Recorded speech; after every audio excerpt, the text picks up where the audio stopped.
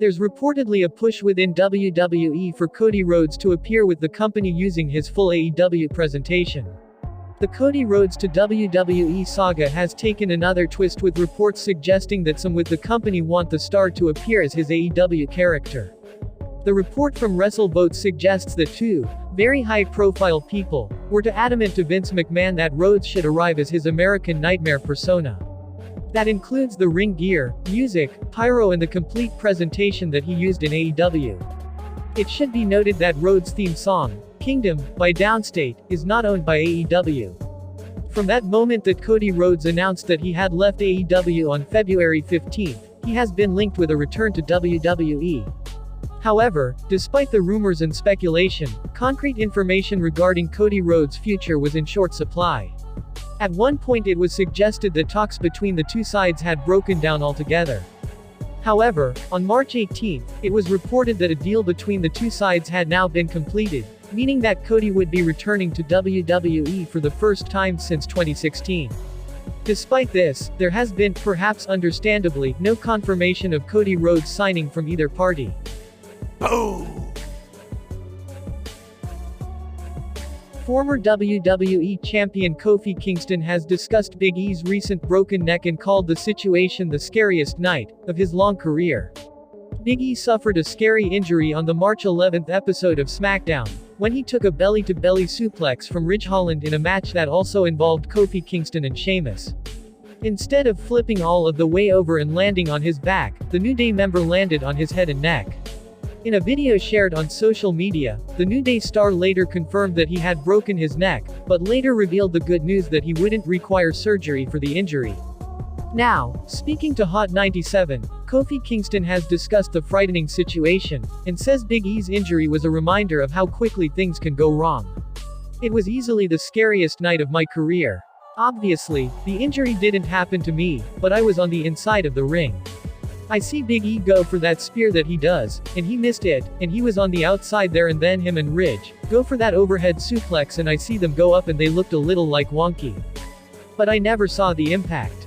So I didn't know, I went over there and I was like, okay, everything looks fine, he's down and everything, and then the match goes on. After everything went down, just the ref was like, yeah, I don't know if he's okay.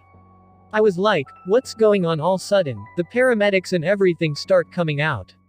It was just really scary because it's a reminder of how quickly things can take a turn for the worst. Every move that we execute, there's always an element of danger to it, and luckily, for the most part, we come out unscathed, but in those moments, literally looking at my brother in the face as the paramedics are putting the neck braces and everything on there, putting him on the stretcher, it was very scary. Kingston added that he was one of several WWE superstars that followed Big E to the emergency room, and says despite suffering a broken neck, his tag team partner was incredibly lucky. Myself, Woods, and a bunch of the boys went to the hospital right after and were just waiting. With COVID protocols, they don't really let a whole lot of people inside the emergency room. So we're literally outside, it's raining, we're outside the emergency room, and we're just waiting for word. It's so strange to say, luckily, he only broke his C1 and C6 vertebrae. Do you know what I'm saying?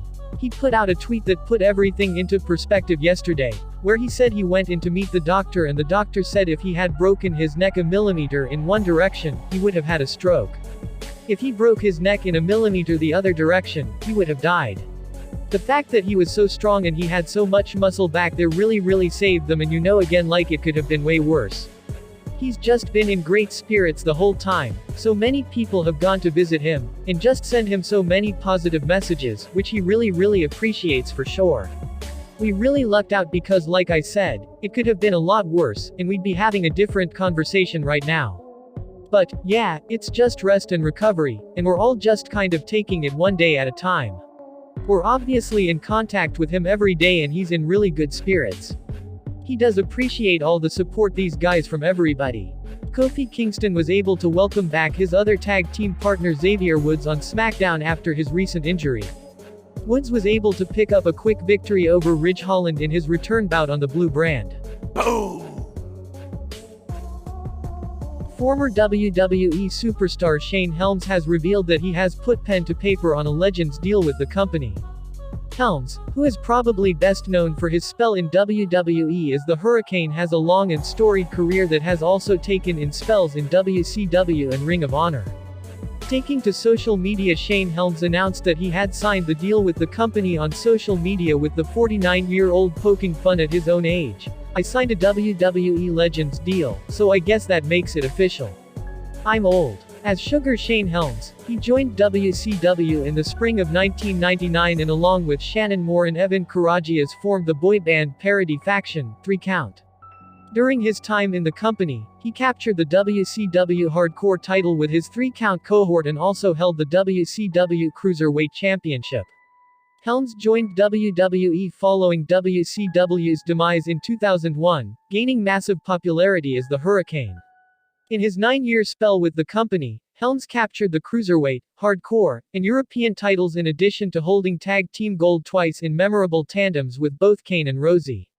In January 2019, Shane Helms began working for WWE as a backstage producer, a role he still holds to this day. Oh, let me up with a bright smile on now.